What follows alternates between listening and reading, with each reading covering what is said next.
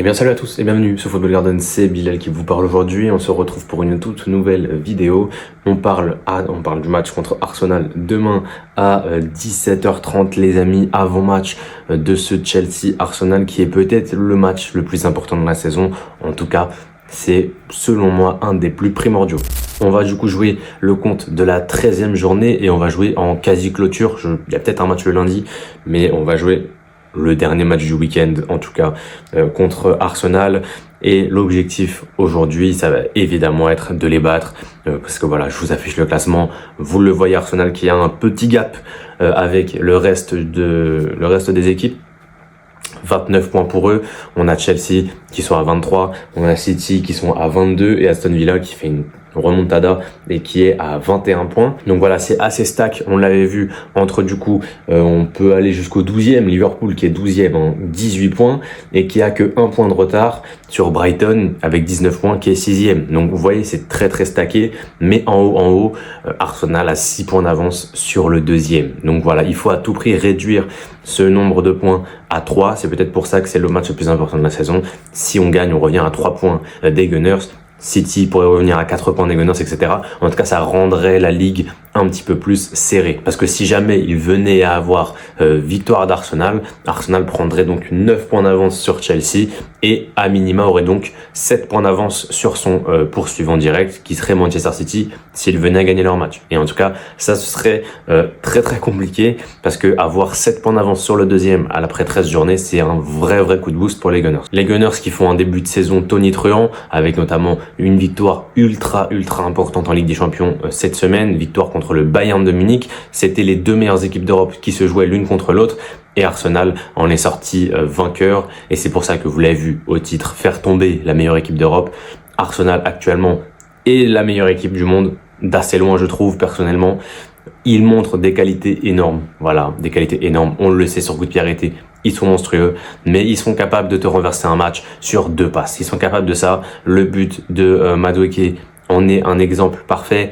Il est servi par Calafiori sur le côté, sur un superbe centre. Et en fait, ça se joue en 2 passes. Ça se joue en 2-3 passes. Et ils se sont retrouvés en face du gardien. Et en face, c'est le Bayern. C'est pas une petite équipe. Donc forcément, ça fait peur et va falloir faire très attention à cette équipe d'Arsenal, notamment Declan Rice qui pour moi est un joueur hors pair, un joueur extraordinaire, peut-être un des meilleurs milieux de terrain au monde pour moi avec Caicedo et Vitinha. On a le top 3, Caicedo, Vitinha, Rice.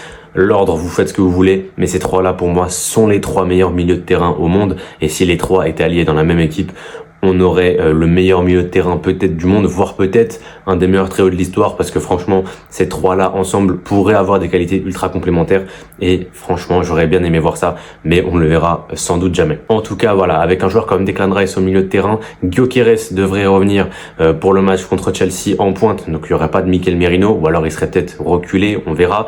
Est-ce que Eze va démarrer ou pas? Eze qui je trouve a fait un match plutôt moyen contre le Bayern malgré son triplé énorme contre Tottenham, donc est-ce que tu le fais jouer contre Chelsea ou pas? C'est après bon, est-ce que tu as le choix parce que je crois que Odegaard est toujours blessé.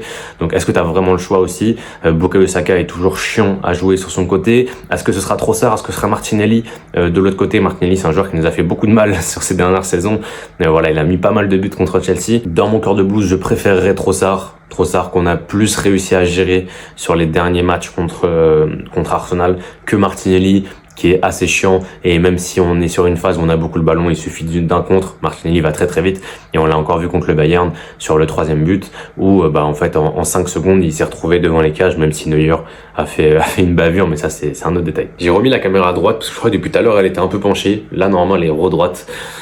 Du coup forcément hormis ça je crois que c'est Gabriel qui est toujours out. On devrait avoir du coup Saliba avec soit Mosquera soit Nkapie dans la défense centrale. Dans tous les cas c'est fort et va falloir être très solide devant pour espérer marquer ne serait-ce que 2 buts parce que un but c'est bien mais un but ce sera peut-être pas suffisant pour battre Arsenal. On passe côté Chelsea maintenant, ça y est, on rentre dans l'avant-match des Blues. Alors les amis, au niveau des blessés etc, on l'a vu, Maresca l'a annoncé en conférence de presse, Cole Palmer is back. Cole Palmer est de retour, les amis. Il a même dit qu'il serait apte à démarrer. Alors moi, personnellement, vous verrez juste après parce que j'ai fait mon 11 type. J'espère que Palmer ne démarrera pas le match parce que voilà, pour moi, tu lances pas Palmer titulaire alors qu'il a pas joué depuis des mois contre Arsenal. Ça pour moi il sera encore trop léger, etc.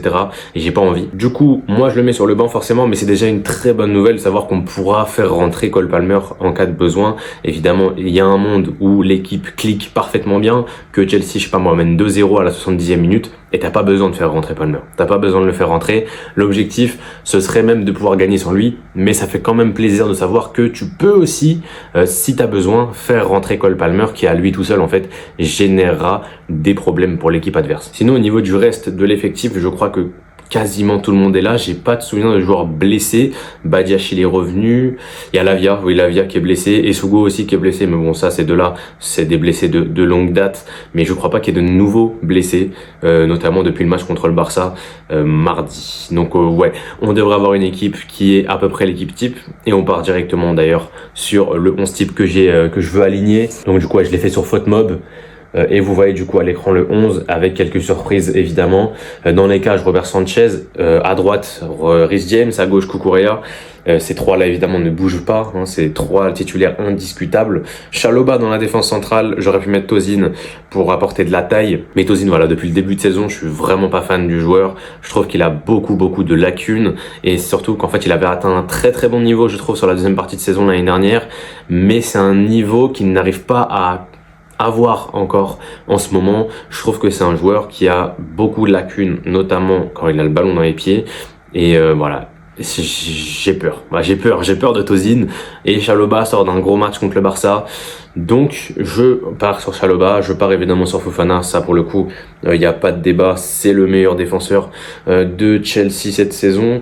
Donc voilà, enfin quand il est là, évidemment. Quand il est là, Chelsea n'a pas perdu de match encore. Donc ça c'est une vraie stat. Donc évidemment que je mets mes titulaires. Double pivot, Enzo Fernandez, Moises Caicedo. Là encore, assez logique, même si on a vu notamment contre le Barça qu'il avait fait jouer Fernandez en 10 et un double pivot Caicedo James. Là, je remets un double pivot Caicedo Fernandez. Je mets Joao Pedro en 10 avec Gouillou en pointe, les amis, et c'est peut-être la grosse surprise. Pourquoi je mets Gouillou? Parce que je trouve que c'est un attaquant qui va faire beaucoup de pressing sur la défense adverse, beaucoup de pressing sur Raya aussi. En gros, faut pas les laisser repartir tranquillement. Il faut un attaquant qui va instaurer cette première ligne de pressing, qui va instaurer cette première phase de jeu où tu vas poser problème à la défense d'Arsenal. Tu vas peut-être les obliger à devoir jouer long, par exemple, l'obliger à faire quelque chose. Parce qu'avec un attaquant, on l'a vu notamment l'année dernière, lorsque on avait perdu chez eux à l'Emirates 1-0, on avait un effectif de Chelsea qui, en fait, ne faisait aucun pressing, avec notamment en pointe, c'était Christopher Nkunku à l'époque. Nkunku, en fait, dès qu'il arrivait, il était en positionnement numéro 9, hein, et du coup, dès que le ballon était dans les défenseurs d'Arsenal, enfin dans les pieds des défenseurs d'Arsenal, excusez-moi, Nkunku ne faisait pas ce pressing-là. Il ne faisait pas ce pressing-là, et c'est un pressing que Gouillou va faire, et de toute manière, Cole Palmer, on le sait, va finir par rentrer, donc 60 minutes de Gouillou, après tu fais monter Joao Pedro en 9, qui lui aussi fait quand même du pressing, et tu fais rentrer Cole Palmer, ça me va, voilà, ça me va, mais j'aimerais vraiment voir Gouillou dans un contexte avec une équipe qui est sur le papier bien plus forte, et en tout cas sur une défense qui est bien plus forte que lui intrinsèquement, donc voilà, j'aimerais bien le voir. Et surtout qu'il y aurait à droite et à gauche deux fusées avec Neto et Estevao qui nous aideraient beaucoup. Estevao évidemment dans la lignée de son match contre le Barça où il avait été très bon. Et Neto, je trouve que c'est un des joueurs les plus réguliers au club cette saison. Il n'est pas non plus extraordinaire, il casse pas toute la baraque, mais je trouve que c'est un joueur qui instaure un petit peu toutes les qualités en fait d'un ailier, il les a, et en plus de ça il rajoute tout ce coffre physique avec beaucoup de pressing, etc. Et c'est pour ça qu'aujourd'hui Chelsea, c'est une équipe qui est difficile à manœuvrer, c'est parce que tout le monde presse. Tout le monde presse, t'as plus ce joueur comme Nkunku qui ne presse pas, t'as tout le monde qui presse, et même sur le banc, les mecs qui sont sur le banc, ils pressent aussi. T'as Eric George, c'est un mec qui va aller presser, Delap, un petit peu moins, mais il l'a aussi. Buonanotte, par exemple, c'est un joueur, on l'a vu sur le peu de matchs qu'il a joué, il a montré des belles choses, et notamment au niveau du pressing, il n'hésitait pas à couvrir les lignes de passe, etc., monter sur les joueurs. Donc il y avait aussi cette qualité que tous les joueurs ont aujourd'hui, c'est que c'est un collectif. C'est un collectif, c'est fini l'individualité qui s'additionne à une autre individualité, etc., qu'on retrouvait notamment en 2022, 2023. Depuis 2024, je trouve qu'on a un effectif qui se crée et on a un effectif qui se modèle ensemble. Et ça, pour moi, c'est le plus important. Et aujourd'hui, à Chelsea, t'as pas de joueur qui baisse le rythme en se disant c'est bon, les autres vont presser à ma place. Non, tout le monde presse. Tout le monde presse, à commencer par les attaquants, à commencer par les joueurs offensifs. Donc c'est pour ça que j'aimerais bien voir ce 11. Après, voilà, s'il fait jouer Delap à la place de Gouillou, c'est pas le scandale du siècle, hein, évidemment. Mais voilà, je pars sur ça. J'espère juste que Palmer démarrera pas, parce que évidemment, il n'a pas joué de match depuis bien trop longtemps pour pouvoir être titulaire pour moi directement contre Arsenal en premier match. En tout cas, voilà, on arrive au bout de cet avant-match. Dites-moi dans les commentaires la compo que vous voudriez pour le match de demain et aussi votre prono. Moi, j'ai envie de me mouiller et j'ai envie de dire qu'on va faire tomber les Gunners. Victoire 2-1 de Chelsea contre Arsenal. On va encaisser, je pense. On va encaisser, même si ces derniers temps, on n'a pas encaissé. C'est vrai qu'on est sur 4 clean sheets sur les 5 derniers matchs. Mais voilà, quand même, je pars sur une victoire 2-1 de Chelsea. On a la maison, c'est le moment d'imposer un petit peu ce qu'on veut faire. Et si on bat Arsenal, vous verrez les premières bribes du Bilal qui pense que Chelsea va jouer le titre. Voilà.